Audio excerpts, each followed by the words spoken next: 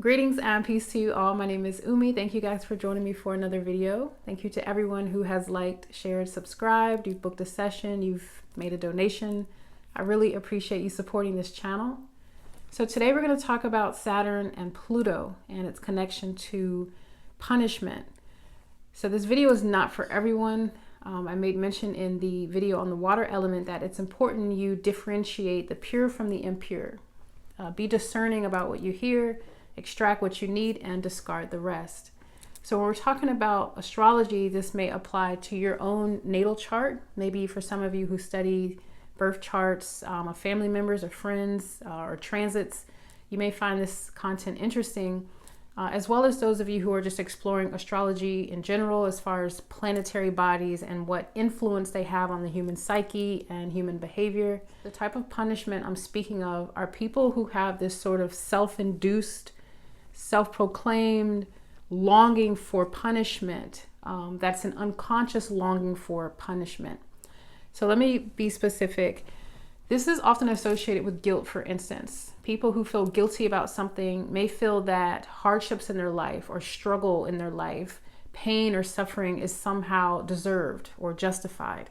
So these particular planets, Saturn and Pluto, are often the culprit to those feelings of guilt and the associated punishment or judgment that comes with it.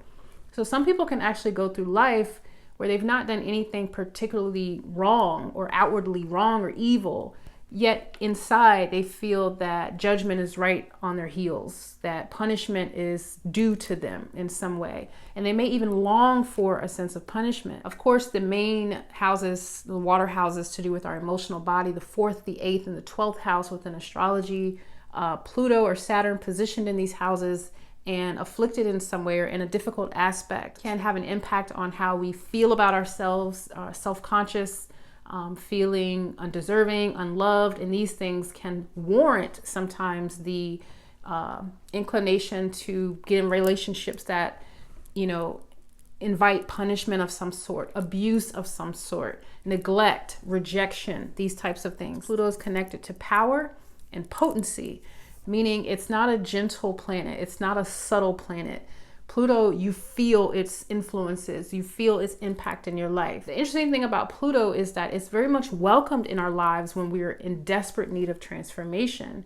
However, on a psychological level, especially for those who are Pluto dominant or Scorpios, you may find that you're almost seeking punishment. You're almost seeking pain. This is why many Scorpios, Scorpio rising personalities, Pluto dominant people can gravitate toward tattoos because of the, not only just the markings and maybe the image that they feel they have getting tattoos, but the actual pain of getting a tattoo is connected to a subconscious or unconscious longing for punishment of some sort. It can be connected to scarification, self-inflicted wounds, strong judgment or self-criticism, prolonged anxiety, chronic depression. When Pluto is an aspect to Mars, it can relate to, because Mars is connected to our vitality, our libido and sexual energy, dominatrix, or the desire for non-conventional means of sex, sexual activity whereby you may enjoy being choked or having some type of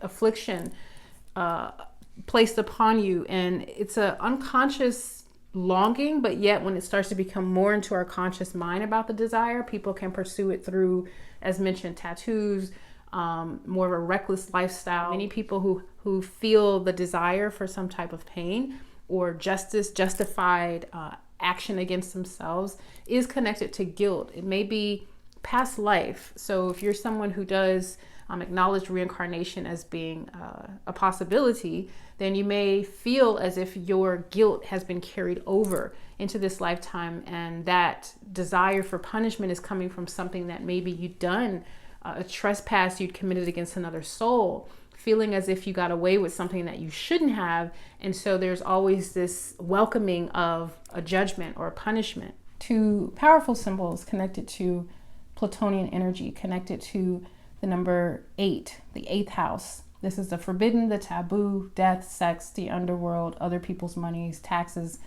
all that jazz, transformation. It's a long list there. So when we're talking about the 8th house, you know, if you turn that number on its side, you get the infinity symbol. Many of you have seen this before. It's nothing new. But what it represents here is the extremes of Pluto. Remember, we're talking about punishment. What comes with punishment is fear and pain and so forth. So that would represent the negative to this energy, the pain. You also have the positive, the pleasure. So this could apply to a host of different things like night and day, right and wrong, left, right, good and evil, so on and so forth. But in its connection to punishment, we're speaking about this pain, pleasure principle and how within the psyche of those who are Pluto dominant or Scorpio, Scorpio rising, so forth, you may experience these extremes whereby punishment and the pain that ensues is relative to your psychological processing of the duality in our existence. Let's jump to another very powerful symbol, which is a star. I'm going to draw a star here. Don't panic. It's an 8-pointed star. With this 8-pointed star, we have the same duality. So if I were to break this star in half, you have the top of the star. So we'll look at order. We'll look at love. We'll look at peace and life. This all represents the positive, that which we wish, you know, and desire in our reality on a constant. But unfortunately, we don't live in a reality where things remain constant all the time. We live in a reality based upon change. And with change, sometimes comes the negative, the polarity, the flip side to that. We don't want to sink into extremes, but unfortunately, that's a byproduct of the human consciousness and where we are in our evolution. We can tend to oscillate between these very powerful frequencies of positive and negative. If this is order, the opposite to order would be chaos, right? If this is love, the opposite to love would be hate. I mean, you can come up with your own polarities. Again, this isn't law here. It's just an example of this 8 energy. The opposite of peace would be fear. The opposite of life would be death. But we want to find ourselves somewhere in the middle of these energies because, again, we can't exist without one or the other. That's just facts. You wouldn't know peace have you not ever experienced fear or terror or horror or being afraid. You would not know order had you not witnessed chaos, disorder. You would not understand life had you not witnessed death. We see death happen all the time with seasons, with animals, with loved ones, with the setting of the sun. It's the end of a day, the death of one day and the beginning of another. So this is what this symbol also is connected to. It's a never-ending connection of endings and beginnings, or the alpha and the omega. Like, it's all tied in. Where there's an ending, there's a beginning. So this 8-pointed star and the symbolism here is to help us heighten our awareness of our dual reality, and that as we elevate out of third dimensional consciousness, we're still going to exist in a reality that has these polarities, but we don't have to succumb to the extremes of our reality. We're able to pull from the two in order to create. You can pull a little bit of chaos in combination with order to create a masterpiece of sorts. That's the process. When you watch a scientist or an artist or a woman giving birth, there's a chaos there in the process. And then you get the final piece, which it all comes together. It all comes to an order in which we're able to understand and perceive and define in most cases. So it is connected to nobility and prestige and honor, respect, maturity. This is also the planet known as Father Time. So with time, we can often feel restrictions, we can feel limitations, we can feel delays in our success or our happiness or finding that relationship. We can feel blocks, judgment, fear and anxiety, discipline, and rejection. So how is this connected to punishment? When Saturn is placed in either the 1st house or the 12th house, one of the houses that are connected to our identity, sense of self and self-esteem, but as well as the house of self-undoing, the 12th house, our unconscious, the deep recesses of our psyche, we can find that we are very critical of ourselves and judgmental of ourselves, and we feel that punishment is rightfully earned in situations where we fumble, we fall short, we make mistakes. we hurt someone. There's always this, again, sort of need to balance the scales, that I've done something wrong. Certainly judgment is needed. Certainly punishment is due. Even when that's not the case, where grace and love and mercy can almost escape the psyche of these individuals, because there's such a heavy emphasis on balance. There's such a heavy emphasis on this fatherly energy of Saturn that wants to come and discipline, come and judge, come and critique.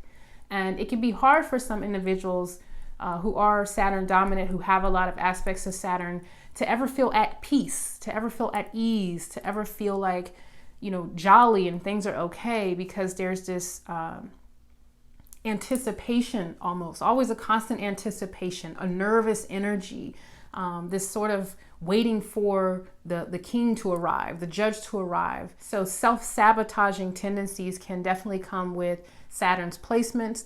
This is always a form of punishment, or one punishing themselves because of fear about, well, I've screwed up already, or before someone can screw me over, before I fail, I'm just going to go ahead and take myself out the race now, so I don't have to deal with that humiliation. I don't have to deal with that fall. There could have even been issues with the father, where the father was had a strong, ruled with an iron fist, was very strict or disciplinarian, or the opposite to that. Your father figure, or even your mother, just didn't exercise any measure of discipline. And so there was always this need for discipline, this desire to have a strong authoritative figure demand some type of discipline in your life, or institute some type of discipline in your life. And so you could be seeking that out through partners. You can be seeking that out by acting out publicly in order to have authorities come and arrest you or rough you up or things like that. And this can all be unconscious. So it seems a bit, sick or even extreme in cases where people carry out certain actions just because they want discipline. They want to get in trouble. They want authorities in their life that they've maybe never had. And this could have even started in school, where young people who are in school are often butting heads or entering into power struggles. This is Pluto and Saturn, power struggles with adults and authority figures. Saturn is connected to lead, which is a very heavy metal. It's very dense. And so that weighing down on the soul, in alchemy, the moon is connected to the soul. So again, with Saturn moon aspects, or just Saturn placed in the 4th house, there could just be a heaviness, a denseness that weighs down on the soul, in which case it feels like your life is a constant ongoing punishment because of delays and setbacks and not feeling like you're ever getting a win in life. Saturn is connected to the color black.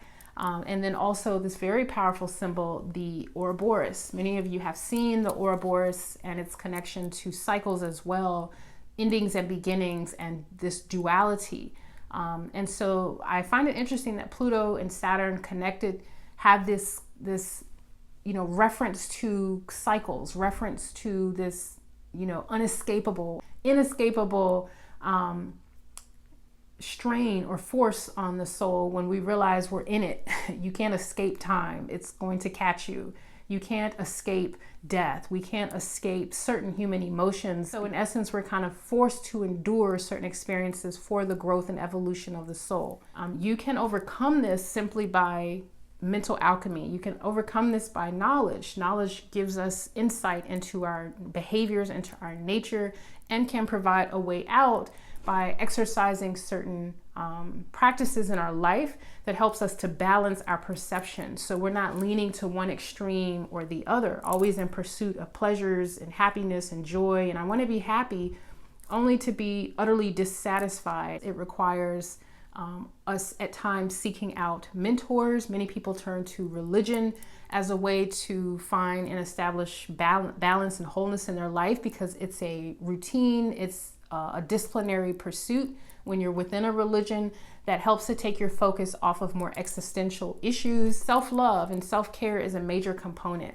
How are you caring for yourself? Is there a lot of negative self-talk, self-hate?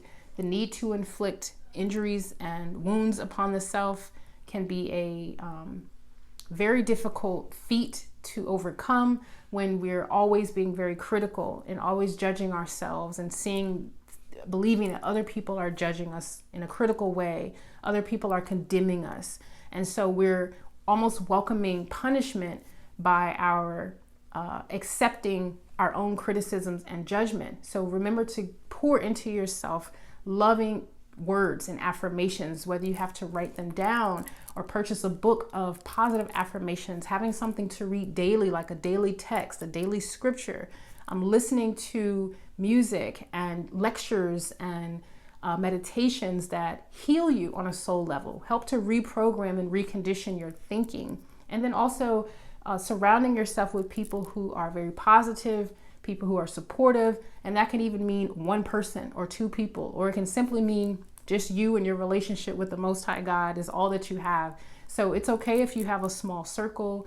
It's okay if you're very cautious about how you expend your energy and how you allow people into your life, because it is about boundaries when it comes to Saturn and Pluto. You want to be cautious because, again, the propensity to go to extremes when we're hurt, when we're wounded, when we're lusting or seeking out things can really set us up and put us in danger. Prayer is always a very powerful force, speaking things into existence. So speaking protection and wholeness and balance in your life can help you balance these extremes as well. So I wanted to share that with you all. I hope that that information was useful.